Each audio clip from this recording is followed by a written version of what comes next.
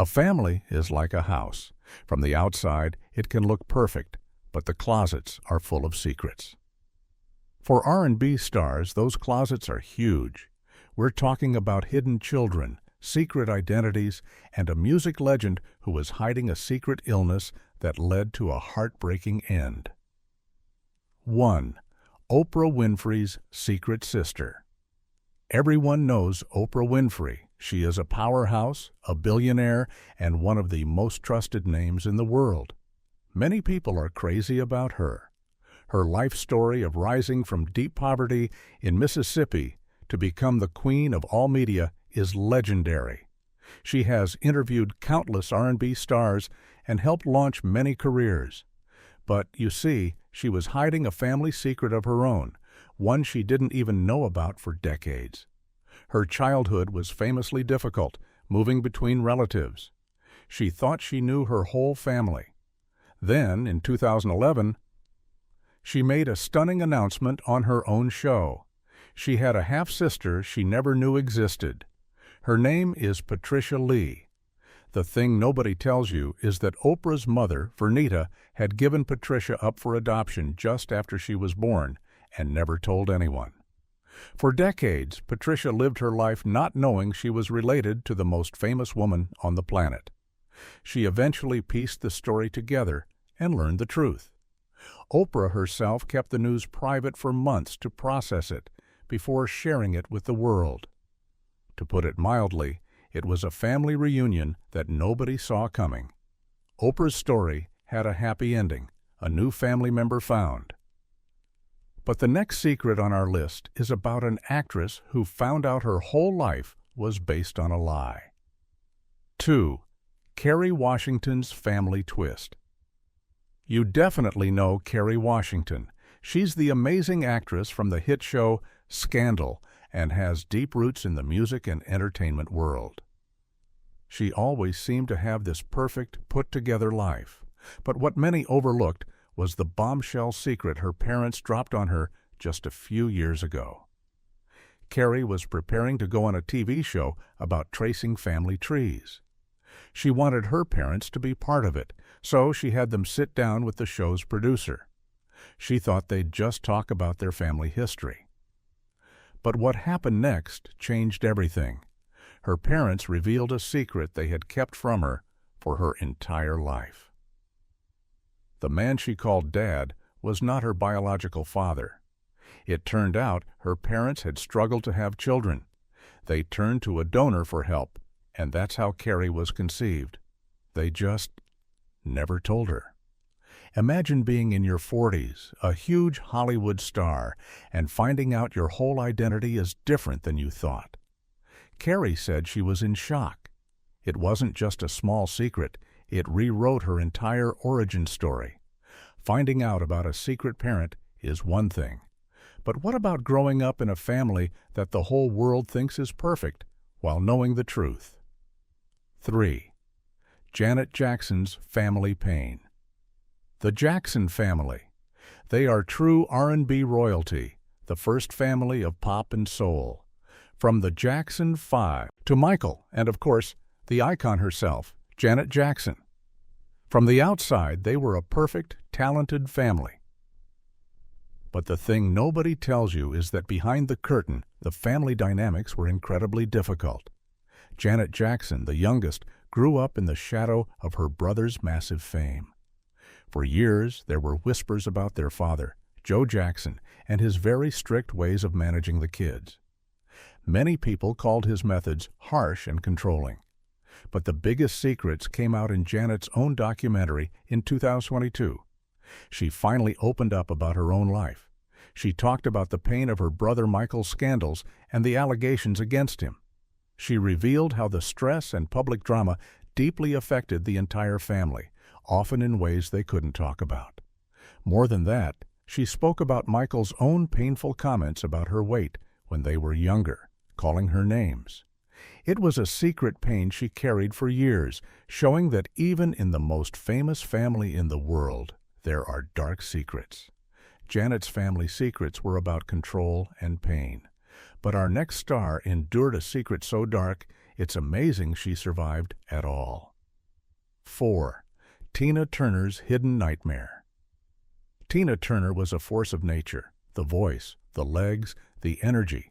She was the queen of rock and roll and a true R&B legend. When she performed, she was pure power and joy. But for decades, the first half of her career was built on a terrible, hidden secret. The world knew her and her husband, Ike Turner, as a powerful musical duo. They had hit songs and a dynamic stage show, but what many overlooked was the reality of their relationship. Behind closed doors, their marriage was a nightmare. Tina, who was born Anna Mae Bullock, revealed the truth years later in her book, I, Tina. She described a life of constant fear. She said Ike was incredibly controlling and violent. He would mistreat her terribly, leaving her battered and broken before she had to go on stage and perform. She hid this awful secret from her kids, from the public, and from everyone for years. The thing nobody tells you is the strength it took to finally walk away. In 1976, with only 36 cents in her pocket, she read. She left everything behind to save her own life, eventually building the biggest comeback in music history. Tina's secret was a story of survival. Our next star's secret was a battle with her own personal demons, one she tried to hide from the whole world. 5. Whitney Houston's private battle. Whitney Houston. Just saying her name, you can hear the voice. She was, perhaps, the greatest voice of her generation. From I Will Always Love You to I Want to Dance with Somebody, she was a perfect pop and R&B princess.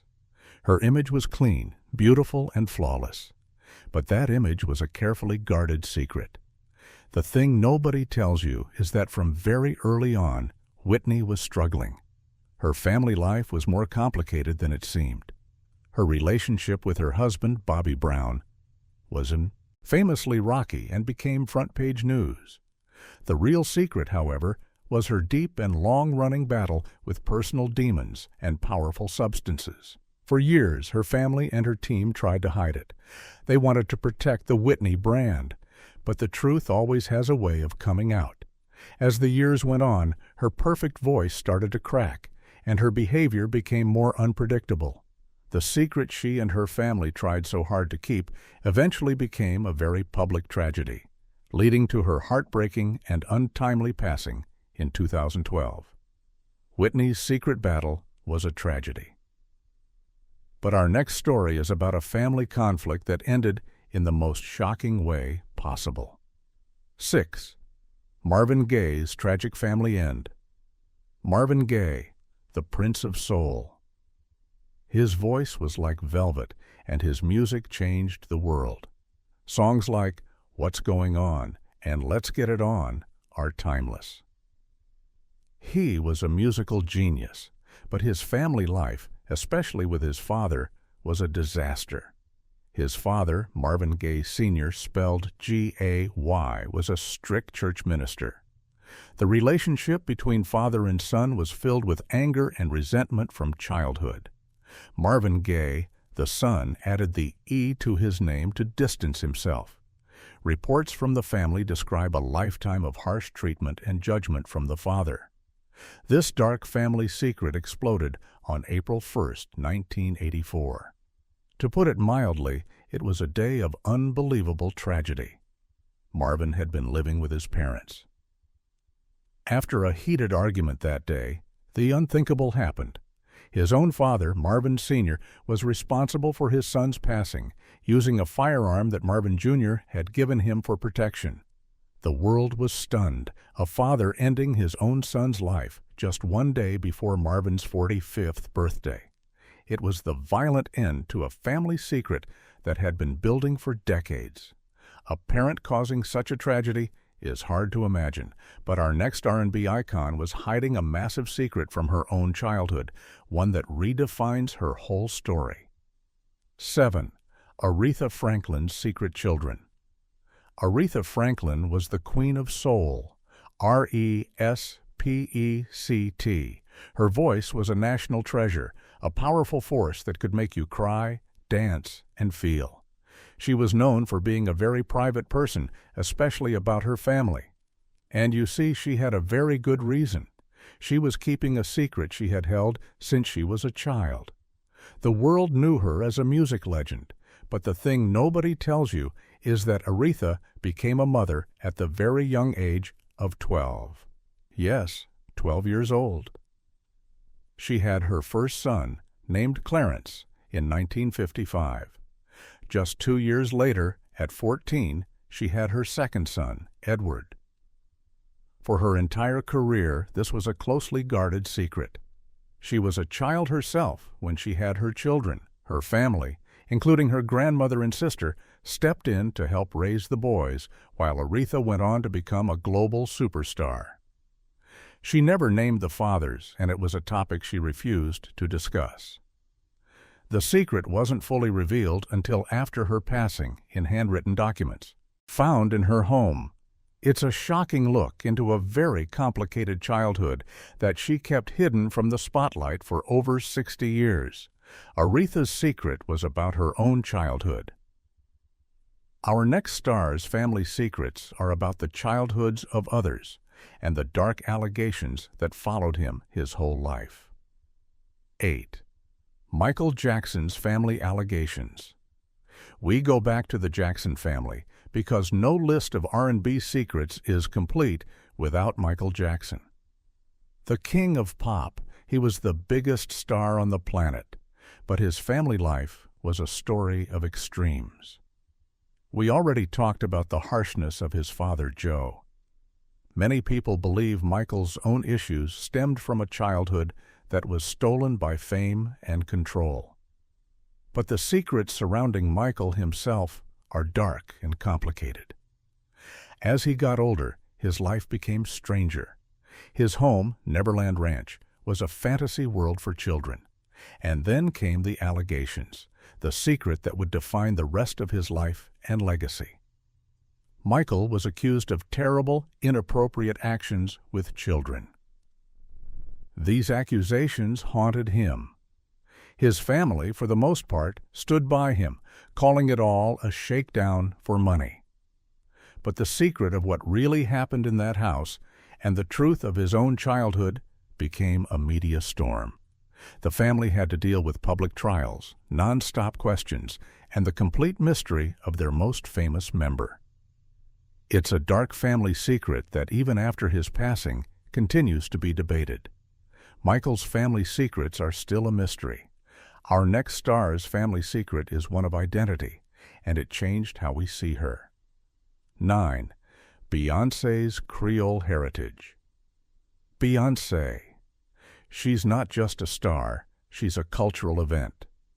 Queen Bey. She and her family, including her sister Solange and husband Jay-Z, are R&B and hip-hop royalty. For a long time, her family's story seemed straightforward, but her mother, Tina Knowles, revealed a family secret that runs deep. Tina Knowles has been very open about her family's Creole heritage in Louisiana, but what many overlooked is that this heritage was a source of pain and secrets. She explained that her own mother, Beyoncé's grandmother, was part of a generation that felt shame about their background. Tina explained that her mother often tried to pass as white and would discourage her from embracing her black heritage. The term Creole itself was complex, sometimes used to create a better-than attitude over other black people. Tina's secret was that she had to fight against her own family's hidden issues to raise her daughters, Beyoncé and Solange, to be proud of all parts of their identity. This family secret became the inspiration for much of Beyoncé's later work, like the album Lemonade, where she finally digs into those deep Louisiana roots. A secret about heritage is one thing, but what about hiding secrets that could ruin you financially and affect your health? 10. Toni Braxton's Hidden Battles. Toni Braxton's voice is one of a kind. That deep, smoky R&B sound gave us hits like Unbreak My Heart. She was on top of the world in the 90s, winning Grammys and selling millions of albums. But behind the glamour, her life was secretly falling apart. The first secret was money. Despite selling over 20 million albums, Toni filed for bankruptcy in 1998. To put it mildly, it was a shock. She revealed she was getting almost nothing from her record deal. This was a huge secret she and her family had to hide while pretending to live a superstar life. But a second, more dangerous secret was about her health. For years, Toni felt sick and exhausted, but doctors couldn't figure it out. Finally, she was diagnosed with lupus, a serious autoimmune condition. At first, she kept it a complete secret from the public and her family. She was afraid it would ruin her career, that no one would insure her for a tour. She kept performing, even when she was in pain, hiding her illness until she physically couldn't anymore. Toni hid her pain from her family. Our next star's music was all about her pain, but the secrets behind it were darker than we knew. 11. Mary J. Blige's painful relationships. Mary J. Blige is the queen of hip-hop soul. Her music is raw, honest, and filled with pain. She sang about no more drama, and fans connected with her struggle.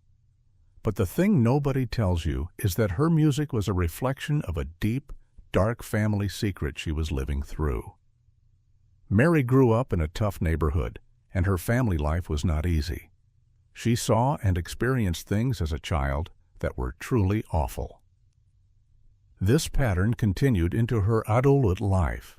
The biggest secret was the domestic mistreatment she endured in her relationships. Before she was famous, and even during her rise, she was involved in relationships that were incredibly harmful and sometimes violent.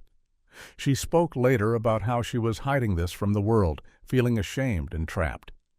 Her marriage to her manager, Kendu Isaacs, also ended in a very public and messy divorce, with her accusing him of cheating and wasting her money. Her whole life was a battle to escape the painful family secrets of her past, a fight she put right into her music. Mary J. Blige's secret was about her painful past. Our next star's secret was about not even knowing her past at all. 12. Keyshia Cole's adoption story. Keyshia Cole, or Keisha Cole as she's known, burst onto the R&B scene with a powerful voice and a story of struggle. Her songs are all about heartbreak and survival, but her entire career was built around a massive family secret. She didn't know who her real family was. Keisha was adopted at a young age by a couple named Leon and Yvonne Cole. She grew up loved, but she always wondered about her biological mother, Frankie Lons.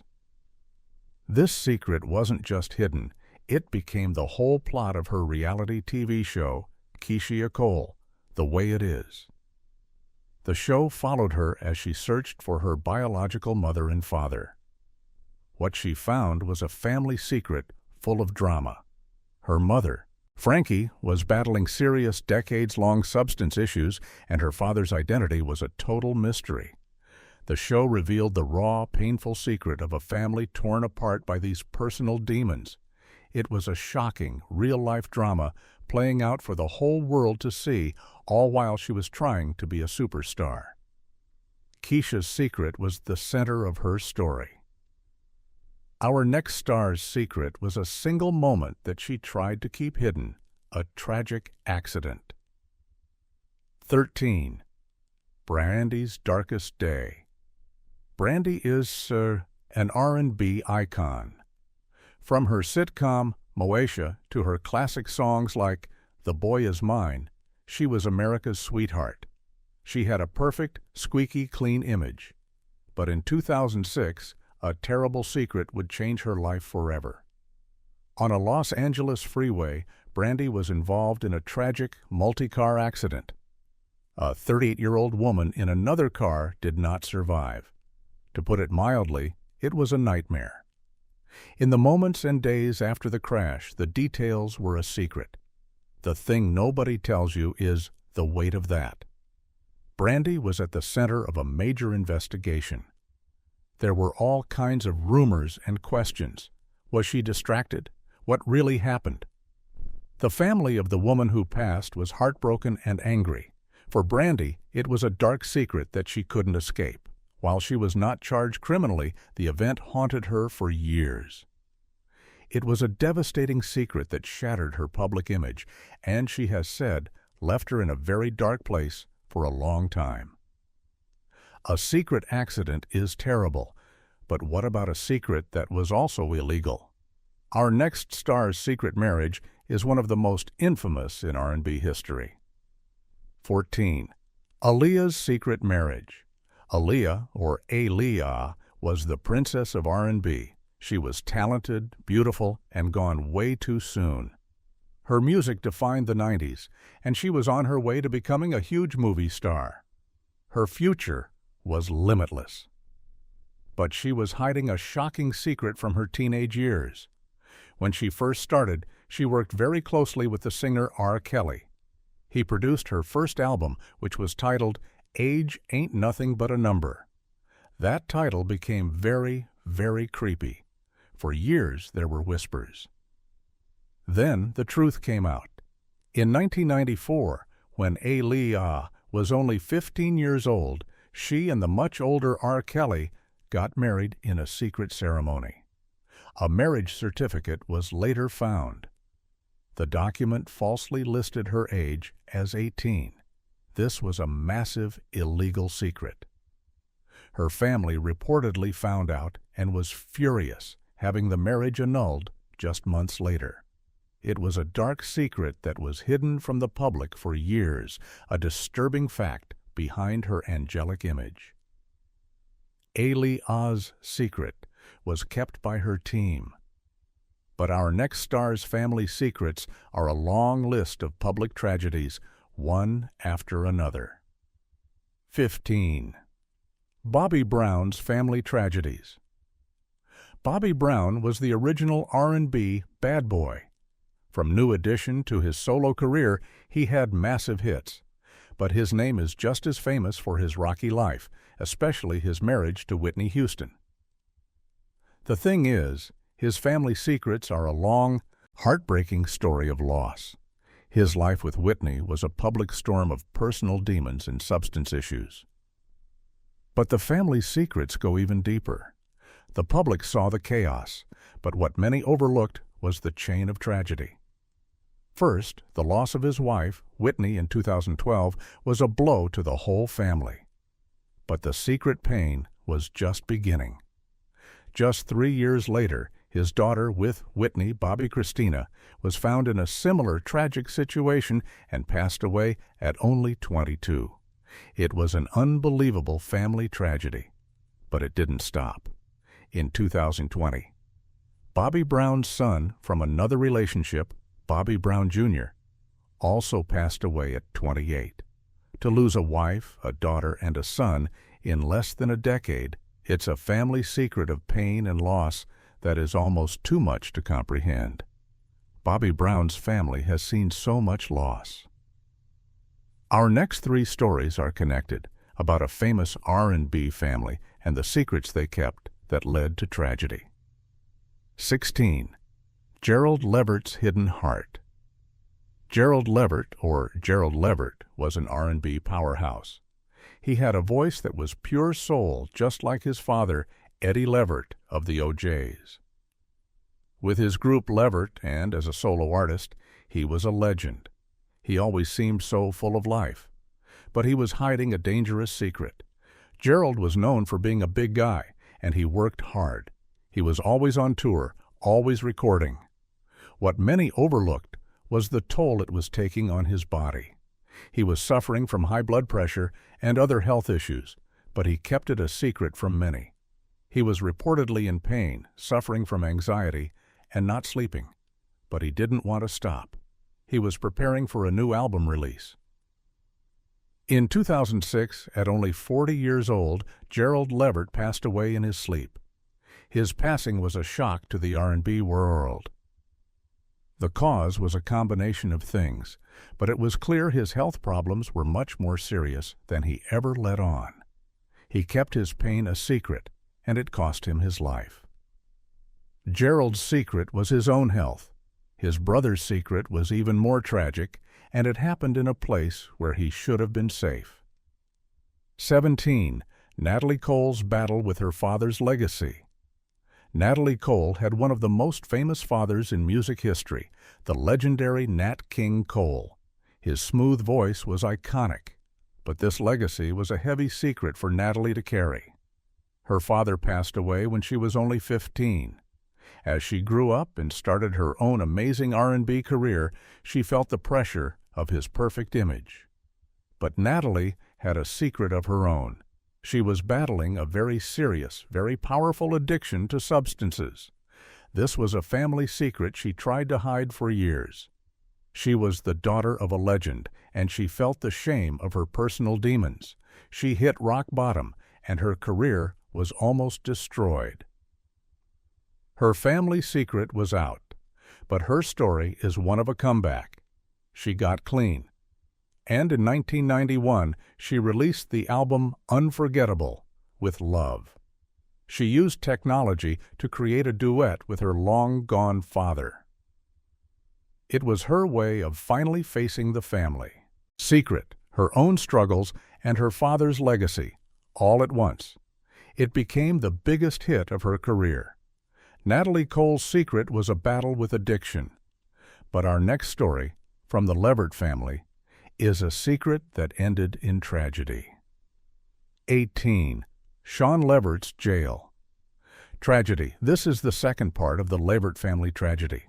Sean Levert, or Sean Levert, was Gerald's brother and another member of the group Levert. The family was already grieving the loss of Gerald in 2006.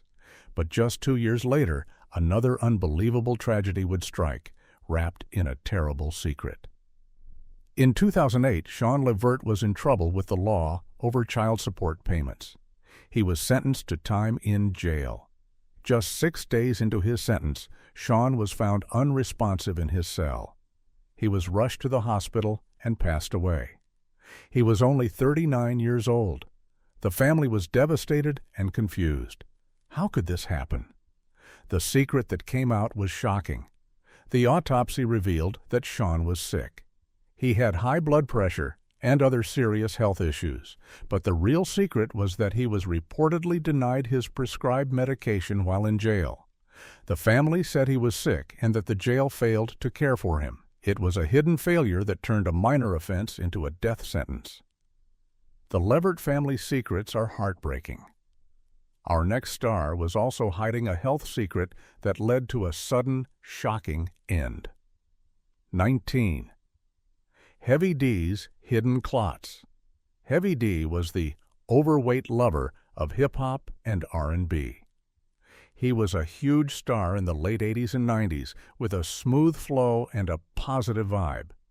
He was a big man, and that was part of his image. But his size was hiding a deadly secret. In 2011, Heavy D, or Heavy D, had just performed at the BET Hip Hop Awards. He was on a comeback. He seemed happy and energetic. Just a few weeks later, on November 8, 2011, he collapsed outside his home in Beverly Hills. He was struggling to breathe. He was rushed to the hospital, but passed away. He was only 44 years old. Everyone was in shock. How could this happen? The secret was revealed by the coroner. Heavy D had a pulmonary embolism. A blood clot from his leg had traveled to his lungs. The thing nobody tells you is that this was likely caused by a long flight he had just taken. But the underlying issue was his weight and other health problems he kept private. His family secret was that he was likely much sicker than anyone knew. Hiding a health secret is dangerous. Our final story is about a whole group and the dark secret one member kept. 20. Tony Thompson's High Five Secret. In the 90s, the R&B group High Five had a massive #1 hit with I Like the Way, The Kissing Game. They were young, talented, and seemed to have it all. The lead singer, Tony Thompson, had a smooth voice and a bright future. But the group's success was hiding a dark secret. After the fame faded, Tony Thompson's life started to spiral. He got involved with the wrong things and developed a serious, long-term substance issue. This was a secret he and his family dealt with for years. In 2007, the tragedy came to a head. Tony's body was found outside an apartment complex in Texas. He had passed away from what was later ruled an accidental overdose. It was a heartbreaking end for a singer who had so much promise. His family secret, his battle with his personal demons, was something he couldn't overcome. It was a sad final note for a star of the 90s and a reminder that even when the music sounds happy, the people making it can be hiding a lot of pain. 1. James Brown. James Brown is frequently given credit for influencing the evolution of the R&B, funk, and soul genres. He transformed the music industry with his focus on rhythm and invention of tight, syncopated grooves. Papa's got a brand new bag. I got you. I feel good. Get up and say it loud.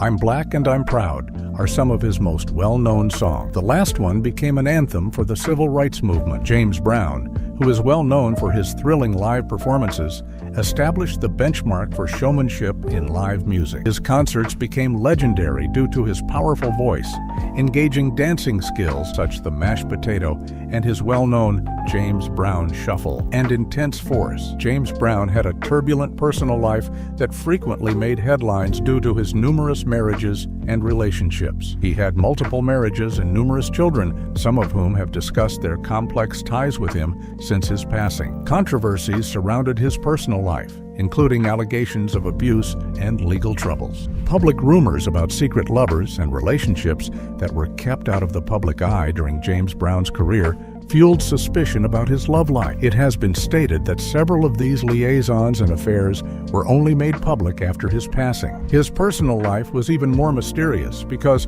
he was known to have had love relationships with a number of women, some of whom he kept out of the public spotlight. Next up is an artist who was posthumously awarded a Grammy Lifetime Achievement Award. Number 2. Sam Cooke.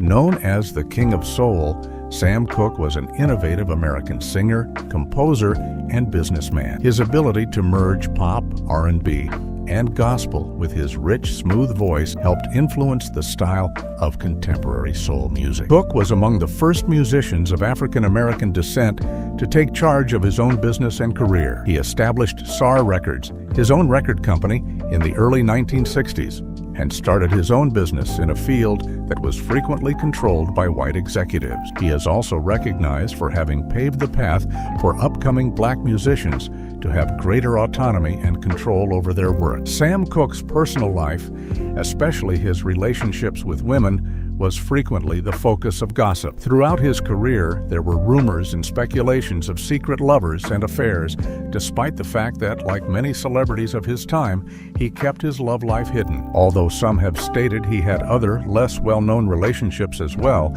he was married twice. First to Barbara Campbell, with whom he had 3 children, and then to Linda Womack, the musician Bobby Womack's daughter. Sam Cooke was shot and died at the Hacienda Motel in Los Angeles on December 11, 1964, under circumstances that are still debatable today. The motel's manager, Bertha Franklin, is said to have shot him during an altercation in which Cooke allegedly attempted to barge into a room that was occupied by a lady named Eileen Merriman. There are a lot of theories about Cooke's death, some of which point to conspiracy or foul play. Cooke's death may have been related to his business activities, relationships, or even the complicated racial dynamics of the time, according to others. The circumstances of his death, however, have never been adequately clarified or addressed.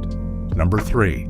Aretha Franklin. Franklin's career as a professional musician started in 1960 when she signed with Columbia Records, but her breakthrough into prominence came in 1967 when she signed with Atlantic Records. During that time, several of her most enduring singles were released, such as Think, I Never Loved a Man, The Way I Love You, and Respect. A Grammy Lifetime Achievement Award was given to Aretha in 1994, one of her 18 Grammy honors. In 1987, the Rock and Roll Hall of Fame inducted her as its first female member. Ted White, a manager and music producer, was her first husband, and they had a son, Ted Jr. In the midst of turbulent circumstances and abuse charges, The marriage ended in divorce. Her second marriage was to the well-known actor Glynn Turman. Even after their divorce, the two stayed friends. There have been many stories and speculations regarding Aretha Franklin's romances, despite the fact that she never publicly acknowledged having a secret lover, like some of her peers could have. Her relationship with Willie Wilkerson, a lifelong friend with whom she was supposedly very close, was among the most prominent. In interviews, Aretha had talked candidly about him and their strong love, but they were never married and had a quite private relationship. But there were also allegations that, especially after her divorces, Aretha had other relationships, including ones with men who were not officially acknowledged. The identities of some of these alleged secret lovers were never revealed, and information on their relationships was mostly left up to speculation. Throughout her life, Aretha Franklin dealt with a number of health issues. Despite receiving a pancreatic cancer diagnosis in 2010, she kept performing and appearing in public until the mid-2010s, when her health started to deteriorate even further. On August 16, 2018, Aretha Franklin died of pancreatic cancer at the age of 76. A global outpouring of condolences and tributes to her death demonstrated the significant influence she had on the music industry and on generations of admirers. Number 4. Marvin Gaye. With the release of his early successes, such as Hitchhike and Pride and Joy, Gaye made his breakthrough, but it was his more intimate, sentimental approach that brought him real fame in the 1970s, starting with the album What's Going On, which went on to become one of the most important songs in music history. Marvin Gaye's personal life was characterized by both great upheaval and creative intensity. He and his father had a tense and aggressive relationship. He had serious psychiatric problems such as substance misuse and depression, which made his life challenging and complex. In 1963, he married his first wife, Anna Gordy, who was the sister of Motown founder Berry Gordy. Their tumultuous marriage ended in divorce in 1977. His latter marriage to Janice Hunter in 1977 was turbulent, characterized by his adultery and personal hardships. Despite having 2 children together, they divorced in 1981. Marvin Gaye's romantic relationships were frequently covered by the media. During his life, he had a number of hidden lovers, including reported relationships with other women while he was married, despite the fact that his weddings were public. Marvin Gaye's gender orientation was the subject of speculation and rumors throughout his career, especially around his alleged encounters with men. Despite the fact that Marvin never publicly recognized or denied these allegations, several people thought he had secret lovers. His death was one of the saddest stories in music history because of the circumstances surrounding it, as well as his personal and family problems. Number 5. Whitney Houston. Hits like How Will I Know and Saving All My Love for You from Whitney Houston's highly successful debut album launched her to prominence. Whitney's status as a worldwide celebrity was solidified by her second album, Whitney, which featured singles like I Want to Dance with Somebody Who Loves Me and Didn't We Almost Have It All. Whitney experienced personal difficulties that affected her work life, even as her career took off. In 1992, she wed R&B artist Bobby Brown.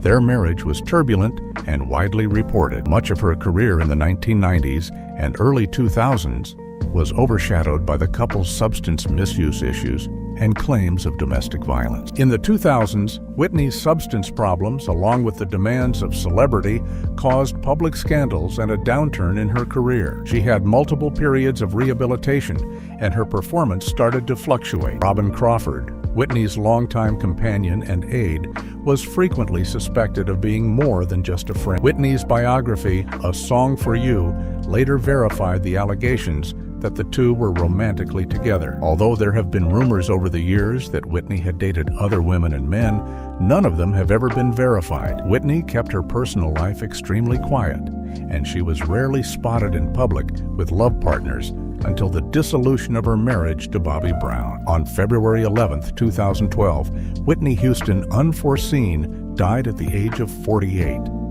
The night before the Grammy Awards, she was discovered unconscious in her hotel room at the Beverly Hilton Hotel in Beverly Hills, California. Number 6. Luther Vandross. In 1981, Vandross made his solo debut with the release of his debut album, Luther, which included the hit single, Never Too Much. His soft vocals and ability to combine pop and R&B sensibilities were on full display in the song, which became an immediate hit. Some of the most well-known songs in R&B history may be found on Luther Vandross's numerous platinum-selling albums from the 1980s and 1990s. Vandross's gender orientation has been the subject of long-running speculations, with many people guessing that he was gay, especially given his lack of relationships with women in public. He never publicly acknowledged or denied these reports, though, which fueled media speculation. Many of Luther Vandross's songs are regarded as love anthems, and his music was intensely romantic. Despite the mystery surrounding his private life, his songs revealed his profound knowledge of relationships and love. There have been rumors among fans that his compositions, especially Dance with My Father, were influenced by his own life, including his interactions with loved ones. Luther Vandross had a stroke in 2003 that had a major effect on his health. He needed to work with speech and physical therapists since he was unable to perform at the same level as before the stroke. He persisted in writing music in spite of these obstacles, and soon after his recuperation, his last CD, Dance with My Father, was released. After suffering a stroke, Luther Vandross died on July 1, 2005, at the age of 54. Number 7. Ray Charles.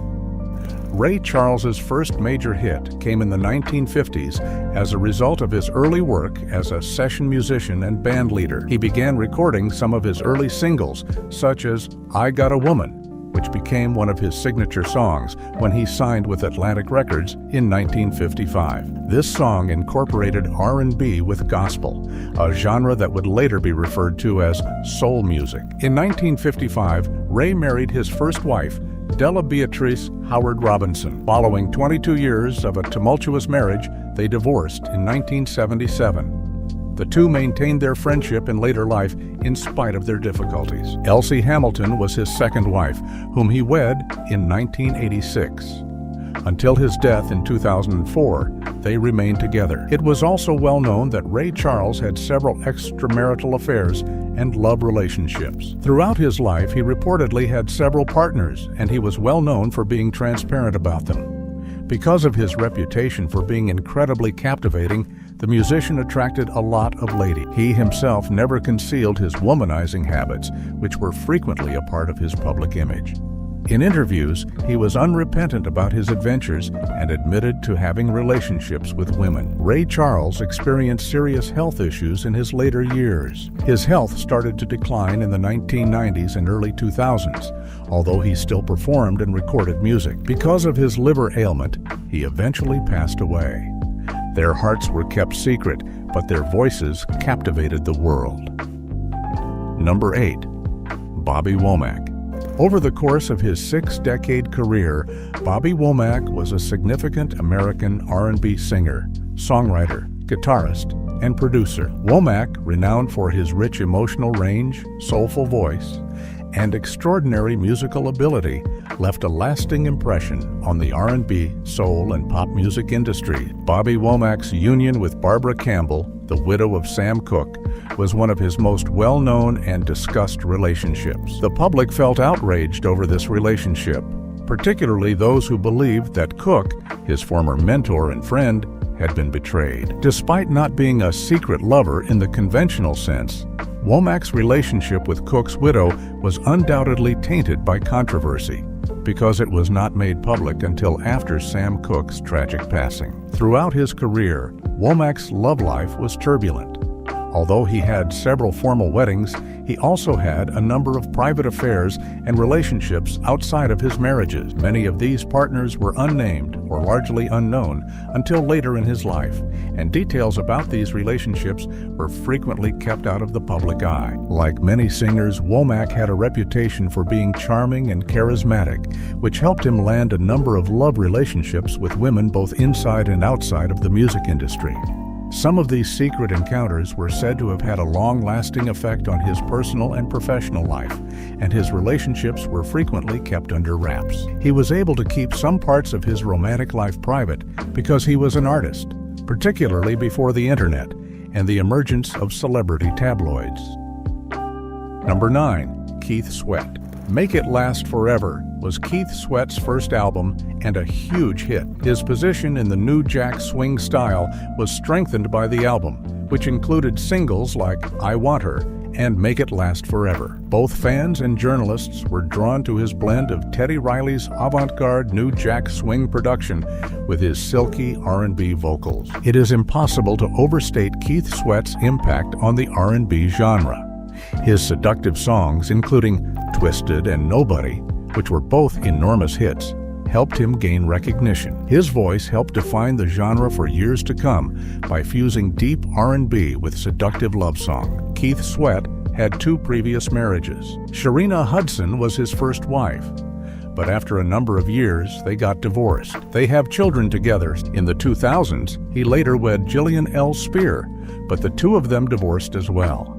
Like many celebrities in the entertainment sector, Sweat has openly acknowledged his marriages and romantic relationships, but there have been whispers and speculations of secret partners and affairs. Some of these romances were never made public, and Sweat's romantic life was probably kept somewhat secret, as many celebrities do in order to preserve some privacy, in spite of their fame. Keith Sweat frequently wrote songs and ballads about love, desire, and heartbreak, and his romantic, dapper image as a ladies' man served as the foundation of his public character. Fans thought he was both a heartthrob and a man with a complex love life because of his seductive voice and flirty lyric. Consequently, particularly in the early years of his career, there were tales circulating about his relationships and hidden girlfriends. Number 10. Jodeci's Devante Swing. The songs Come and Talk to Me and Forever My Lady from Jodeci's debut album, Forever My Lady, grabbed headlines in the early 1990s. The album's distinctive sound, which Devante Swing helped create, combined hip-hop-influenced beats with R&B ballads. One of the more reclusive Jodeci members was Devante Swing. He kept many of his romances under wraps and rarely discussed his romantic life in public, unlike several of his bandmates. Because of his tendency to conceal his private matters from the public, there was probably speculation that he had secret lovers or romantic relationships that the general public was ignorant of. Like many well-known people in the music industry, there were rumors that he had relationships with other R&B singers and female musicians, but it was hard to verify anything significant because of the secrecy surrounding his personal life. In interviews and public appearances, Devante was known to steer clear of discussing his love life. This only served to feed speculation that he might have been avoiding the spotlight for certain relationships or lovers, which was a frequent practice for many celebrities in the 1990s when media attention was at its highest. Devante Swing's influence in the music industry started to wane in the late 1990s and early 2000s. Jodeci experienced a period of quiet as a result of internal conflicts, personal problems, and potential addiction concerns. Devante was notorious for his often unpredictable conduct, and over time, there were reports of substance usage and other personal issues. Number 11. Tina Turner. Tina was raised in a low-income household and encountered numerous difficulties at a young age, such as a challenging upbringing and the experience of being away from her family. She fell in love with music early on, and meeting Ike Turner, a well-known musician and bandleader, in 1957 was her big break. She started playing in his band and soon rose to the top of the lineup. After they formed Ike and Tina Turner, she was referred to as Little Ann before changing her name to Tina Turner. Like her singing career, Tina Turner's personal life was frequently complicated.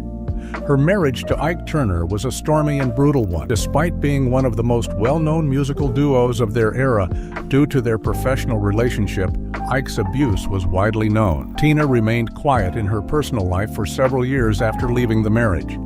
Tina married German music executive Erwin Bach in 1986, and the two stayed together until her passing. Their relationship was a peaceful contrast to her former marriage, and Tina regarded it as one of profound love and great respect. She became a Swiss citizen while residing in Switzerland with Erwin. Though much of Tina Turner's personal life was kept secret, particularly in her later years, there were rumors of her secret lovers. Her career and personal well-being appeared to be her top priorities after her divorce from Ike, and she seldom ever talked about her romantic life in public.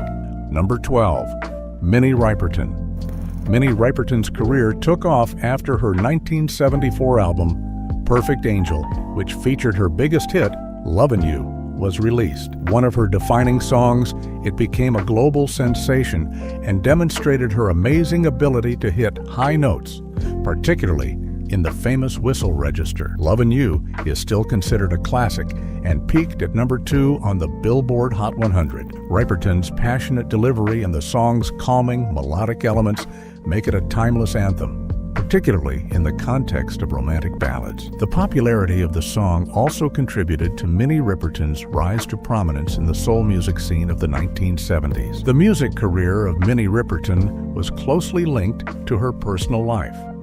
She got married to music producer and songwriter Richard Rudolph. One of the couple's 2 children is Maya Rudolph, a well-known comedian and actress who has appeared in movies including Bridesmaids and The Way Back, in addition to her work on Saturday Night Live. Despite the fact that Minnie Riperton and Richard Rudolph's marriage was widely reported, there have been random rumors and speculations of her having secret relationships. These rumors, though, have never been generally verified or supported.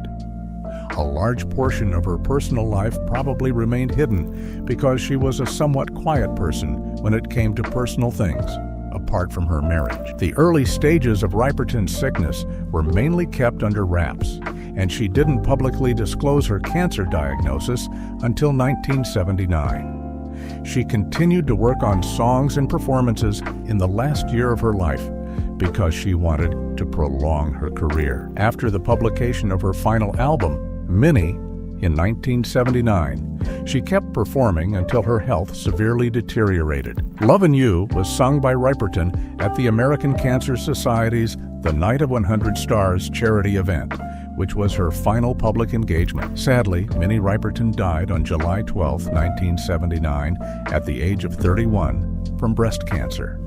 Number 13.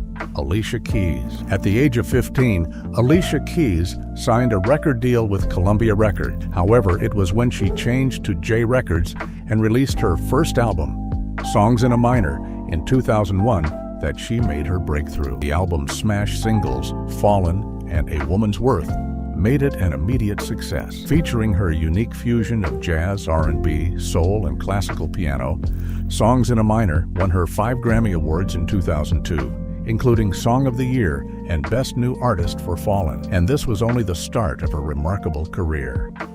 Alicia Keys had a relationship with producer and longtime collaborator Carrie Crucial Brothers prior to Swizz Beatz. Their romance ended before she started dating Swizz Beatz. However, they were involved for a while. Since Swizz Beatz was still married to his ex-wife, Mashonda Tifreri, at the time of their relationship, there was also a lot of media coverage when Alicia and Swizz first started dating. Although the issue attracted a lot of public attention, Alicia and Swizz Beatz have remained close, and their marriage has been characterized as loving and strong. There hasn't been any reliable evidence to support the idea that Alicia had any high-profile or covert love affairs in the public view, despite the odd claims about her having hidden romances or past fling. The majority of the stories that have surfaced were unsupported hearsay or media speculations that Alicia herself never verified. Number 14. Ray Charles. In 1951, Ray Charles made a significant breakthrough with his popular song, I Got a Woman, which innovatively combined R&B and gospel. His ability to fuse rhythm and blues with gospel-style singing turned out to be one of the most important developments in contemporary popular music. Ray Charles was initially married to Eileen Williams, with whom he had 3 children. But after roughly 10 years, their marriage ended in divorce.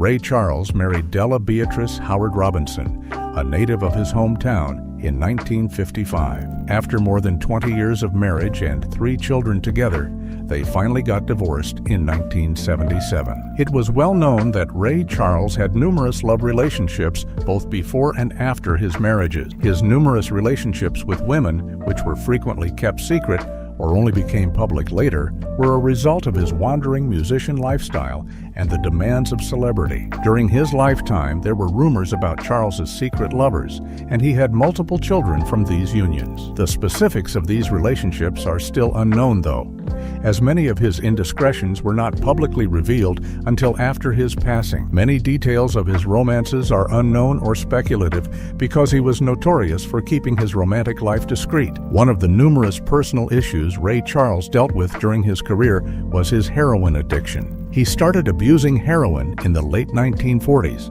and it became a lifelong struggle for him. His addiction resulted in numerous arrests and career losses. Ray Charles died of liver disease complications at the age of 73. For one of the finest musicians of the 20th century, his passing signaled the end of an era. Number 15, Diana Ross. With the help of renowned Motown producer Berry Gordy, Diana Ross joined the Primettes, a girl group that would later be known as the Supremes, marking the beginning of her rise to fame. In 1961, Diana Ross took over as the group's lead vocalist, and they changed their name to the Supremes. She made the ensemble one of the most successful groups in music history with her unique voice and captivating presence. Diana Ross initially married music executive Robert Ellis Silberstein. After being married in 1971, the couple produced 2 daughters, Chudney Ross and Rhonda Ross Kendrick. However, despite supposedly being on good terms, the couple was divorced in 1977. In 1985, Diana Ross got married to Norwegian businessman Arne Næss Jr. Together, the couple had 2 kids, Ross and Evan Næss. Ross has kept up a friendly contact with her ex-husband since their divorce in 2000. Diana Ross's love life has been the focus of gossip, speculations, and rumor. Although many of the tales of her secret affairs and lovers were never verified, they persisted throughout her career. Diana Ross was also romantically involved with a number of men in the music industry, including well-known singers and actors. But once more, many of these relationships were never completely revealed or publicly acknowledged. Diana Ross has rarely responded to allegations about her relationships and has frequently kept her personal life quiet. Number 16, Prince Rogers Nelson. At the age of 20, Prince's first album, For You, was released. It demonstrated his versatility as an artist and showed off his ability to play almost every instrument on the record. Despite not being a huge commercial success, Prince's remarkable musicianship was recognized thanks to the album. His first major hit was his second album, Prince, which featured hits like I Wanna Be Your Lover, which peaked at number 10 in R&B. It demonstrated his developing ability to fuse pop, rock, funk, and soul with catchy melodies and groove-heavy rhythms, bringing a new, innovative artist to the scene. Prince was extremely private about his relationships. His first marriage to Mayte Garcia in 1996 ended in divorce in 2000. He then married Manuela Testolini in 2001, but they divorced in 2006. Prince, however, was said to have had a number of hidden lovers in between these famous romances, some of whom were never formally verified. Although he was frequently linked to a number of women, it's difficult to determine how many of these relationships were romantic or merely close acquaintances because of his secretive personality. There are rumors that he had extramarital affairs, especially with persons who weren't his spouses, although the specifics are still unclear and speculative. According to rumors, Prince also dated a number of well-known ladies, such as Susanna Melvoin, Sheila E., and Vanity, Denise Matthews. The public's knowledge of these relationships, however, is largely based on media speculation, friend stories, and interviews. The specifics of these relationships were largely kept secret. Prince frequently avoided talking about his personal life in interviews because he was a fierce guardian of his privacy. His relationships were even more mysterious as a result of this. Number 17, Teddy Pendergrass. Pendergrass's romantic songs and soft baritone voice made him the ideal ladies' man in many cases. With hits like Close the Door, Turn Off the Lights, and Love TKO, which became anthems of intimacy and love, he rose to fame in the 1970s and 1980s. His attractive appearance and rich, deep voice earned him a huge favorite among female followers. In the 1980s, Pendergrass got married to Karen White. However, their union was kept under wraps. Their marriage is not well known to the public, although it is known that they had a son together. White has mostly kept their relationship and her personal life out of the spotlight. Pendergrass revealed that he had a covert relationship with a Hollywood actress during his years in the spotlight in an eye-opening interview following his accident. The actress's name, however, was never made public and continued to be a mystery pertaining to his private life. Due to his reputation as a global hottie, there were numerous, mostly unfounded allegations regarding his relationships with other women. Fans and some tabloids speculated about Teddy's romantic relationships with different ladies. But Teddy himself always kept a certain amount of privacy about these things. Though never verified, there were rumors that he may have had secret affairs with well-known ladies in the world of entertainment. One of their life's major unsolved mysteries will probably always be their secret relationships and love affairs, especially those that were never revealed. Number 18. Michael Jackson. With the release of Off the Wall in 1979, Michael Jackson's solo career really took off. The album, which included singles like Don't Stop Till You Get Enough and Rock With You, was the start of his ascent to fame as a pop sensation around the world. But his Thriller album from 1982 cemented his legacy in music history. With over 66 million copies sold worldwide, Thriller became the best-selling album of all time. The album featured iconic hits like Billie Jean, Thriller, Beat It, Wanna Be Startin' Something. In 2016, actress and former Epic Records employee Shana Mengatal wrote a memoir titled The King of My Life, Michael Jackson's Secret Lover, in which she claimed to have had a secret romantic relationship with Jackson in the early 1990s, describing it as more of a hidden interaction that Jackson kept secret in order to preserve his public persona and avoid publicity. The details in the book, however, have not been widely confirmed and are primarily anecdotal. Many rumors and guesses have been made over the years regarding Michael Jackson's other secret relationships with women and possibly men, considering some of the more speculative claims that were not made public. To support these assertions, however, no one has ever offered hard proof. Number 19. Ruth Brown. Ruth Brown played a key role in Atlantic Records' early success and helped make the company one of the most significant in music history. She was among the first African-American musicians signed to Atlantic, and her work contributed to the label's signature sound, which influenced the rock and roll and R&B revolutions. It was also well known that Ruth Brown had gone through personal challenges, including heartbreaking and difficult relationships. Although she had several marriages, her relationships were frequently turbulent, and she struggled with addiction and other personal concerns. Ruth Brown had a secret lover, but this information was not made public until after her passing. However, given the emotional depth and intimate topics she represented in her songs, there were speculations regarding her personal relationships. It's crucial to remember that Ruth Brown was preoccupied with her work and the challenges of being an African-American musician in a competitive music industry. Therefore, she rarely talked about many aspects of her life, especially her personal relationships, in public. Number 20. Berry Gordy. Gordy was persuaded that he had a future in the music industry after writing the smash song Reet Petite for Jackie Wilson in 1957. Because of his success, he started his own record label, which revolutionized the music industry. In the early 1960s, Gordy married vocalist Raynoma Lyles, who was one of Motown's first partners. Before their marriage ended in divorce, they had 2 children together. Berry married Thelma Gordy, a member of the Gordy family, following his divorce from Raynoma, but their marriage also ended in divorce. Berry Gordy's alleged romance with Diana Ross the lead vocalist of the Supremes, is among the most well-known parts of his personal life. There were speculations and rumors that Gordy and Ross had a romantic relationship in the 1960s, but their relationship was never thoroughly verified by the public. Gordy reportedly experienced conflict with other Motown artists as a result of the friendship. Ross's career with Motown was born on April 2, 1939, in Washington, D.C., at Freedman's Hospital. His father, Marvin Gaye Sr., was a church minister, and his mother, Alberta, worked as a housekeeper to support the family. Marvin was the second of 4 children. He grew up with 2 sisters, Jean and Zeola, and a younger brother, Frankie. He also had 2 half-brothers, Michael, from his mother's past relationship, and Antoine, a result of his father's affair. His childhood was marked by poverty. His mother, Alberta, cleaned other people's homes, and Marvin Sr. worked only part-time at the post office.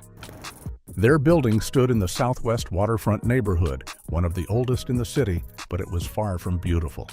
Most homes were falling apart, lacking basic things like electricity and running water. The small alleyways were filled with tiny shacks where too many people tried to live in too little space. Marvin and his friends used to call the place Simple City because it felt like it didn't quite belong anywhere. Not fully a city, not fully the countryside. From a very young age, Marvin found comfort and strength in music. He began singing in church at just 4 years old, with his father often playing the piano beside him. His father's church was different. It mixed parts of Orthodox Judaism with strict Christian beliefs. But one thing that stood out in that church was the music. Loud, powerful, and full of soul, gospel music filled the air with emotion. That sound, the sound of faith, of hope, of deep joy, became the foundation of Marvin's own music. When he was just 11 years old, he sang "Be My Love" by Mario Lanza at a school play, and something about that moment sparked a dream in him. People saw his talent, and for the first time, he was encouraged to chase music seriously. But behind the applause and the smiles, Marvin's home life told a much darker story. Growing up in the Gaye household was painful. His father, Marvin Gaye Sr., was strict, cold, and often violent. He ruled the house like a king, one who could be kind one moment and terrifying the next. Marvin later said that living with his father was like living with a very peculiar, changeable, cruel, and all-powerful king. Nothing Marvin did ever seemed good enough. If he made even a small mistake, his father would beat him. Every Saturday, his father forced the family to observe a long, silent Sabbath. He rejected the usual Christian practice of going to church on Sundays. Instead, he would quiz his children on Bible verses, and if they got anything wrong, he punished them harshly. Yet even in the chaos, Marvin admired his father's voice, both when he sang and when he preached. Marvin once said, "I loved his singing voice. I loved everything about his church." His father believed Marvin was born to follow in his footsteps, to sing, to preach, to serve God in the same way he did. For a while, Marvin felt drawn to that path. He felt the call, but deep down, he wanted something else. He wanted to make his own choices. That decision to break away to choose his own life deeply wounded their relationship. Marvin said, "I rebelled against his authority. I rebelled against all authority." Marvin admitted that if it hadn't been for his mother, her love, her comfort, and her belief in his gift, he might not have made it. He might not have survived. His sister Jean remembered how often Marvin would provoke their father, how he would vanish on Saturday mornings just to avoid going to church. Years later, Marvin Gaye opened up to author David Ritz about just how painful his childhood really was. Marvin said, "It wasn't just the beatings, that was bad enough. But by the time I was 12, there wasn't a single inch of my body that hadn't been bruised." What made it worse was the way his father did it. He wouldn't hit Marvin right away. Instead, he'd make him undress, let the sound of the belt buckle echo in the room, and stretch out the fear before finally delivering the blows. Marvin believed that part of his father actually enjoyed watching him suffer. Despite all this, Marvin tried to find a sense of normal life at school. He started at Syfax Elementary and later moved to Randall Junior High. It was there, in junior high, that music began to mean something more to him. He took it seriously, joined the school's glee club, and quickly stood out as a star. He went on to briefly attend Spingarn High School, but later transferred to Cardozo High. At Cardozo, Marvin kept chasing his dream. He joined local doo-wop groups like the Dippers and the DC Tones, using every chance he could to sing, to be heard, and to feel free. But life at home never got easier. As a teenager, his father often kicked him out of the house.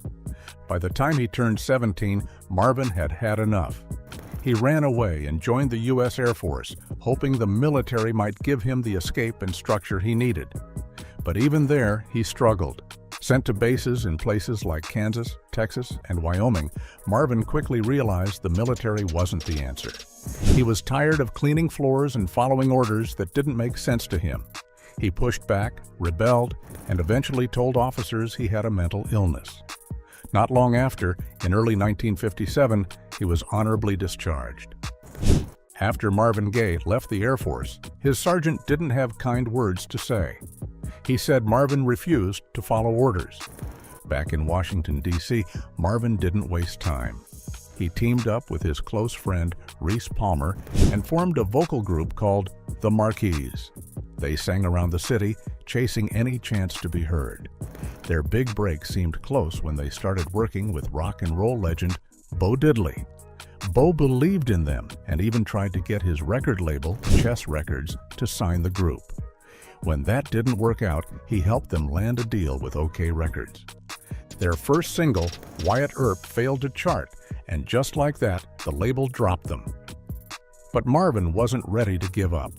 Harvey Fuqua, a key figure from the doo-wop group, brought the Marquis under his wing, hired them, and gave them a new identity, Harvey and the New Moonglows. The group moved to Chicago and in 1959 started recording songs with Chess Records.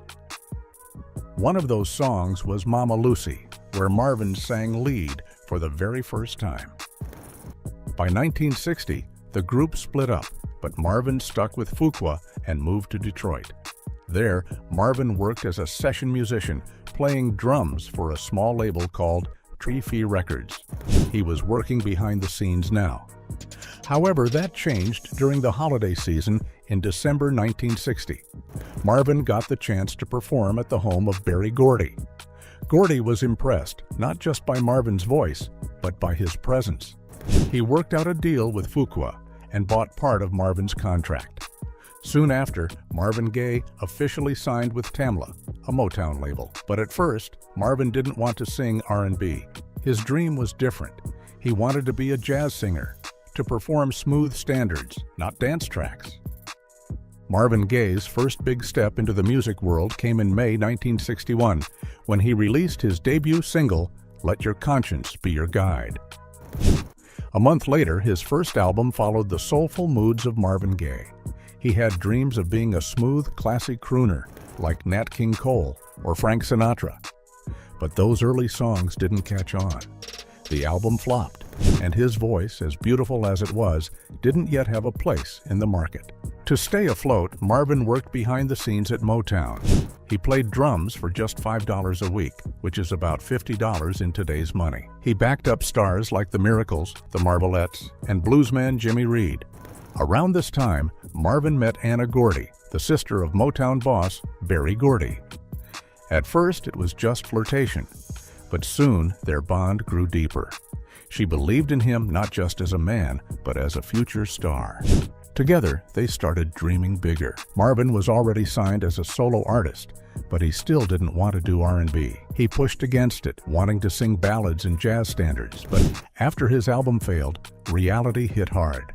He realized that to survive at Motown, he needed a hit. That hit came in 1963. Stubborn Kind of Fellow was pure rhythm and blues. It was honest, raw, and personal. It shot up to number 8 on the R&B charts and even reached number 46 on the Billboard Hot 100. His next song, Hitchhike, became his first top 40 pop hit. Through it all, his love for Anna was fueling his creativity. In 1963, he released Pride and Joy, a soulful, heartfelt song that captured what she meant to him. He later said, When I composed Pride and Joy, I was head over heels in love with Anna. I just wrote what I felt about her and what she did for me. She was my pride and joy. In the mid-1960s, Marvin Gaye's music began to reach a wider audience. He teamed up with Smokey Robinson, and together they created something special. Songs like I'll Be Doggone and Ain't That Peculiar became major hits. Both songs sold over 1 million copies and topped the R&B charts. They even broke into the top 10 of the pop charts in 1965. That same year, on November 17th, a baby boy was born to Denise Gordy, just days after her 16th birthday. The child was adopted by Marvin and his wife Anna Gordy. They named him Marvin Gaye III. Anna had told people she was pregnant, even though she wasn't. Despite all the hurt Marvin carried from his own father, he chose to name his son after himself to continue the family name, no matter how complicated that name had become. Even while Marvin found success in R&B, his heart still longed for something else. He dreamed of being a smooth jazz singer and kept recording jazz records like When I'm Alone I Cry, Hello Broadway, and a tribute to the great Nat King Cole. But none of these albums made much impact. They quietly came and went. In 1967, Marvin began recording duets with Tammy Terrell. Their chemistry was undeniable. Together, they recorded a series of songs written by Ashford and Simpson that lit up the charts. Ain't No Mountain High Enough, Your Precious Love, Ain't Nothing Like the Real Thing, and You're All I Need to Get By. That year, Marvin Gaye experienced something that shook him deeply. During a performance in Farmville, Virginia, his singing partner and close friend, Tammy Terrell, collapsed right in his arms on stage. She was rushed to the hospital, where doctors found a cancerous tumor in her brain. Even though their songs like Ain't Nothing Like the Real Thing and You're All I Need to Get By were still playing on the radio, Tammy's illness made it harder for her to keep recording. She went through several surgeries, but the cancer didn't go away. Marvin was heartbroken. Watching someone he cared about suffer like that made him lose faith in the music industry. The joy he once felt in the studio started to fade. At home, things weren't any better. Marvin's marriage to Anna Gordy was falling apart. According to biographer David Ritz, their relationship was full of fights. Anna, who was much older than Marvin, was said to be both physically and verbally abusive. Over time, Marvin started fighting back, and their home became a battlefield. Despite all this pain, Marvin's career kept climbing. In late 1968, he released I Heard It Through the Grapevine. The song hit #1 on the Billboard Hot 100 and made him more famous than ever. However, the song's emotional tone reflected what Marvin was going through in his personal life. He followed up with other big songs like Too Busy Thinking About My Baby and That's the Way Love Is. Both landed in the top 10 in 1969, and his album, MPG, became his first #1 album on the R&B charts. Then, in March 1970, Tammy Terrell died from brain cancer. Her death broke Marvin. He stopped performing live, pulled away from people, and became isolated. If you are enjoying this video, appreciate it by giving it a thumbs up. And if you have not subscribed, what are you waiting for? Hit that subscribe button. By 1972, Marvin Gaye had left Detroit behind and moved to Los Angeles. The following year, Marvin released another album titled Let's Get It On. It was around this time that he met Janice Hunter, who would become his second wife. The title song from the album became one of his biggest hits, bigger even than I Heard It Through the Grapevine. Marvin kept pushing himself. In 1977, he married Janice. They had 2 children together, Nona and Frankie. That same year, he scored another hit with Got to Give It Up, a playful song about a shy man who didn't like to dance, something Marvin said was inspired by his own experience. But while the music was thriving, Marvin's personal life was starting to unravel. In December 1978, he released Here My Dear, an album that came from the pain of his divorce from Anna Gordy. The album was meant to help pay off the alimony he owed her. However, it didn't sell well, maybe because it was so raw and personal. At the same time, Marvin was facing serious troubles behind the scenes. He owed a lot of money to the IRS, and his addiction to cocaine had gotten worse. He left for Maui to escape the chaos and tried working on a new disco-inspired album called Love Man, but he never finished it. Marvin had been using marijuana since the early days of his career, back when he was with Harvey and the Moonglows. But by the early 60s, he had been introduced to cocaine. At first, he didn't use it in the usual way. He rubbed it on his gums or swallowed it. By the late 70s, the drug had taken hold of him. He became deeply addicted and later turned to freebasing while living in London. In 1980, Marvin Gaye was still trying to find his way both in life and in music. He took the album Love Man, which had started out as a disco record, and changed its direction completely. Instead of light dance tunes, he turned it into something deeper and more serious. He filled it with spiritual questions, warnings about the end times, and ideas inspired by the Book of Revelation. He called the new project In Our Lifetime. Marvin worked on the album in London, spending long hours in studios like AIR and Odyssey. But just as he was putting the final pieces together, something went wrong. In the fall of 1980, one of his band members, Frank Blair, had a rough draft of the album stolen. The tape ended up at Motown's headquarters in Hollywood. Without Marvin's permission, the label remixed the songs, changed the cover art, removed the question mark from the title, and rushed it to stores. When Marvin found out, he was furious. He said the album wasn't finished and compared what Motown had done to releasing a half-painted work by Picasso. He felt betrayed. One of the songs, Far Cry, was especially painful for him because it was just a rough draft, but it was still released anyway. From that point on, Marvin said he would never record for Motown again. Marvin left the U.S. On Valentine's Day in 1981, he moved to Ostend, Belgium, at the invitation of a music promoter named Freddie Cousaert. It was there that Marvin began to slowly rebuild his life. He stopped using heavy drugs, started exercising again, and even began going to a local church. For the first time in a long while, he started to feel some peace. While living in Belgium, Marvin stayed at the home of a local musician named Charles Dumoulin. Years later, in March 2024, it was revealed that when Marvin left Belgium, he had given Dumoulin's family a collection of unreleased songs he recorded during his time there. After leaving Motown, Marvin Gaye signed with CBS's Columbia subsidiary and began working on his first album with the label Midnight Love. This new chapter in his life marked a fresh beginning for him. The first single from the album, Sexual Healing, was written and recorded in Freddie Cousaert's apartment in Ostend. Released in October 1982, the song became a massive hit. It stayed at #1 on the Hot Black Singles chart for a record-breaking 10 weeks, becoming the biggest R&B hit of the 1980s, according to Billboard. By January 1983, it crossed over to the Billboard Hot 100, where it peaked at #3. The song's success spread internationally, reaching the top spot in countries like New Zealand and Canada. It also made the top 10 in the UK, Australia, and Belgium, eventually selling over 2 million copies in the United States alone.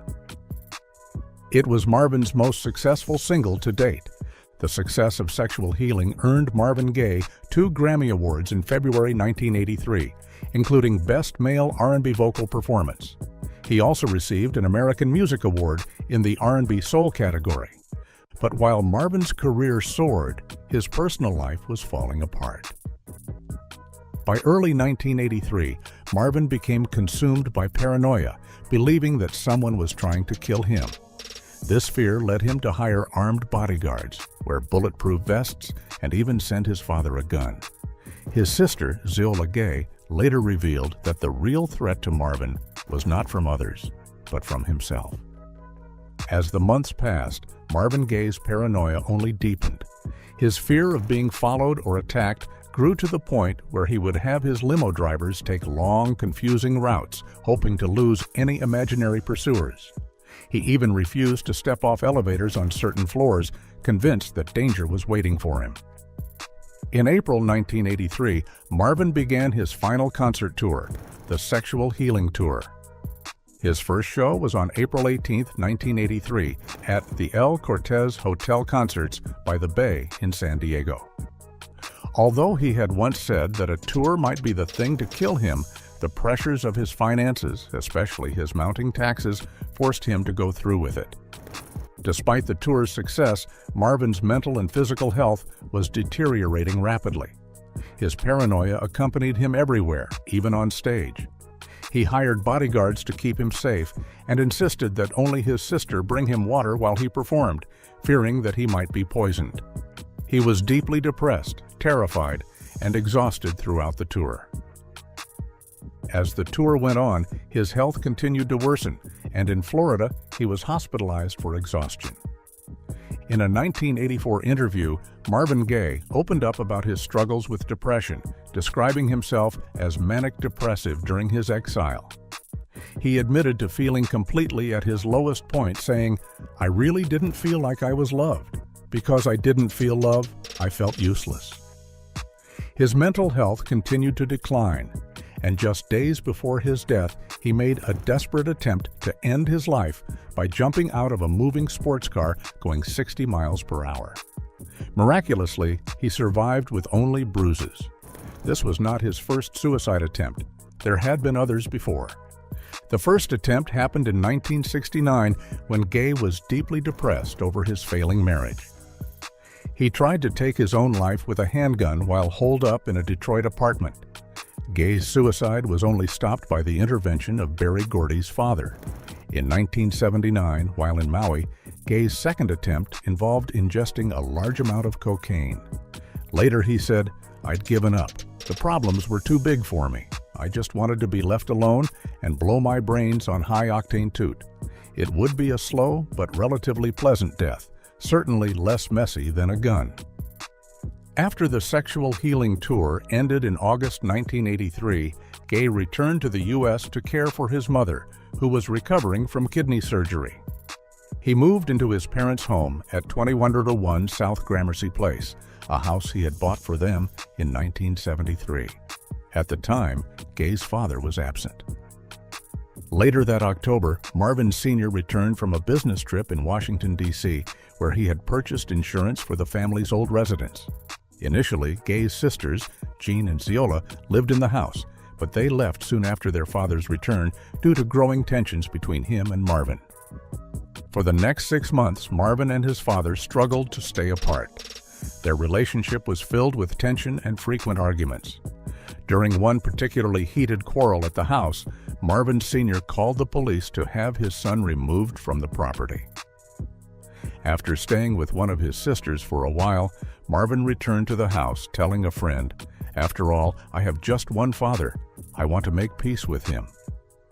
However, Jean Gaye later shared with David Ritz that their father had threatened to kill Marvin if he ever laid a hand on him. By this time, Marvin's mental health had deteriorated significantly. He was often described as paranoid. He became afraid of leaving his room, spoke endlessly about death, and sometimes even wore 3 overcoats at once or put his shoes on the wrong feet. In the days leading up to his death, the Gaye family had several arguments, mostly centered around a misplaced insurance policy letter. These arguments grew worse and eventually spilled into Marvin's bedroom. On the day before his death, Marvin, angered by his father confronting his mother, told Marvin Sr. to leave her alone. His father complied without incident, but continued yelling throughout the house. It was clear that the strain between father and son, combined with Marvin's escalating paranoia and emotional turmoil, had pushed the family to its breaking point.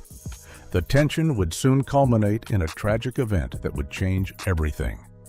On the afternoon of April 1, 1984, around 12:30 p.m., Marvin Sr. grew impatient and shouted upstairs to his wife about a document. Gaye, still dressed in his maroon robe, shouted back, telling his father that if he had something to say, he should come up and say it in person. When Marvin Sr. refused, Gaye warned him not to come into his room. But Marvin Sr. ignored the warning and charged upstairs to confront Alberta, demanding answers about the document. Gay jumped out of bed and told his father to leave. When his father didn't back down, Gay, in a fit of anger, shoved him out of the room and began kicking and punching him. Alberta, witnessing the attack, screamed for Marvin to stop, but he didn't listen. She later told David Ritz that Marvin had kicked his father with great force.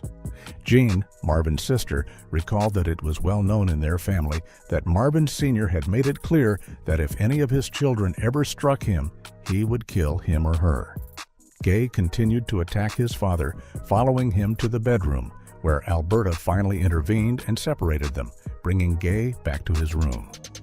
Just minutes after the argument, Marvin Sr. returned to his room and took the .38 pistol that his son had bought for him. Without saying a word, he pointed the gun at Marvin and shot him directly in the chest.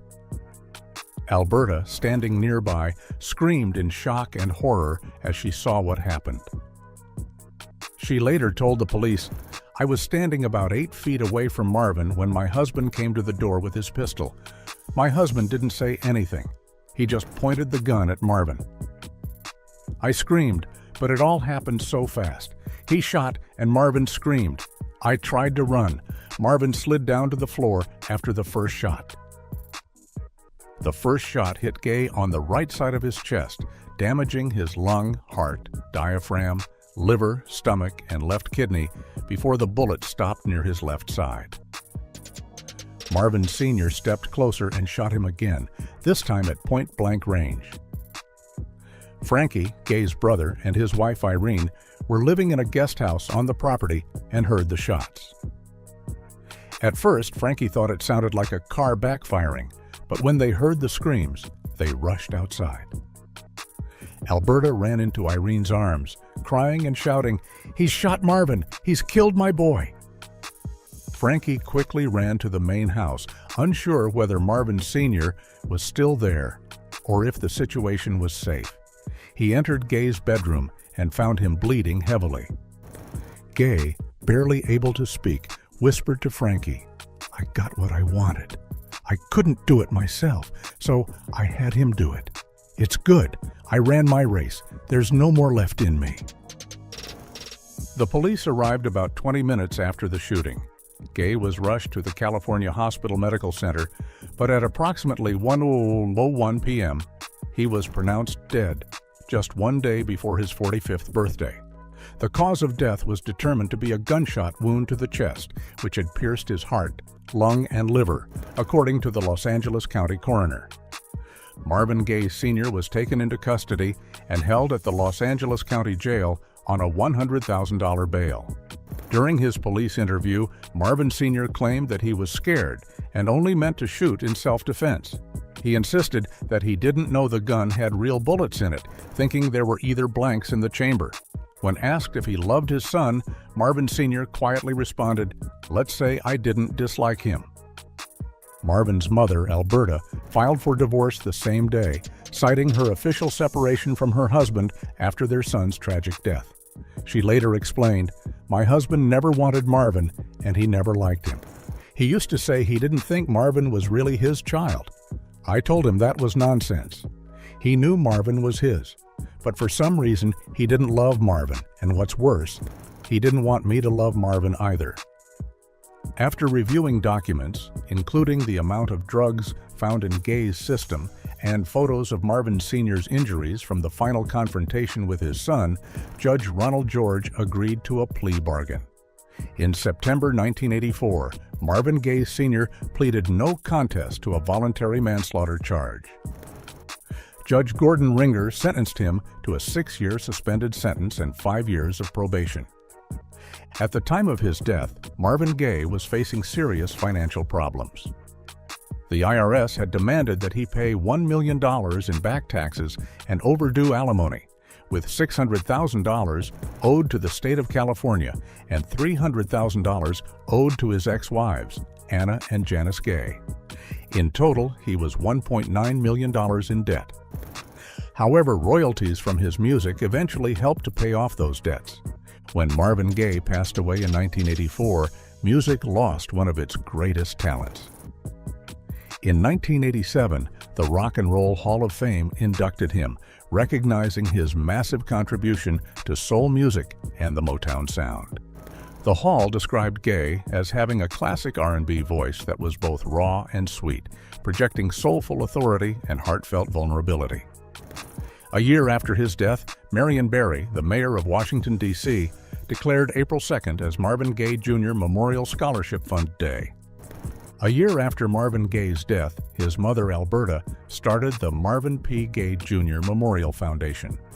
The foundation was meant to help people struggling with drug abuse and alcoholism. Sadly, she passed away just a day before the memorial was set to open in 1987. In 1988, a year after Gaye's induction into the Rock and Roll Hall of Fame, he was also inducted posthumously into the NAACP Hall of Fame. The following year, in 1990, Gaye received a star on the Hollywood Walk of Fame. In 1996, Gaye was honored with the Grammy Lifetime Achievement Award. In 2004, Rolling Stone magazine ranked Gaye as the 18th greatest artist of all time and the 6th greatest singer.